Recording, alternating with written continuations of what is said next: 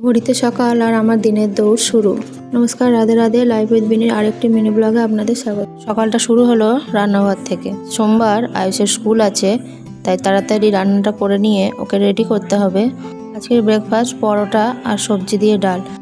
সকালে ঘুম থেকে উঠে এটা তো আমার প্রতিদিনের কাজ, তবে এতদিন তো আয়ুষের গরমের ছুটির জন্য স্কুল চলছিল না, তাই একটু লেট করলেও অসুবিধা হতো না। কিন্তু এখন তো ওকে রেডি করার জন্য আমাকে তাড়াতাড়ি সব করতেই হবে। আপনারা কারা আমার মতো সকালে এরকম তাড়াহুড়ো করেন কমেন্টে অবশ্যই বলবেন। ভাবলাম আজ নিজেই খেয়ে নেবে, কিন্তু আমি সামনে যেতে সেই আমাকেই খাইয়ে দিতে হলো। এরপর তাড়াতাড়ি ড্রেস পরিয়ে রেডি করে দিলাম। অনেকে বলে জানেন, এখনও কাজলের টিপ কেন পরাচ্ছ, এত বড় হয়ে গেল, স্কুল যাচ্ছে। কিন্তু আমার ওই টিপটা দিলে বেশ মিষ্টি পাড়া দেখতে লাগে। এদিকে ব্যাগটাও একবার চেক করে নিলাম কিছু বাদ গেছে কিনা।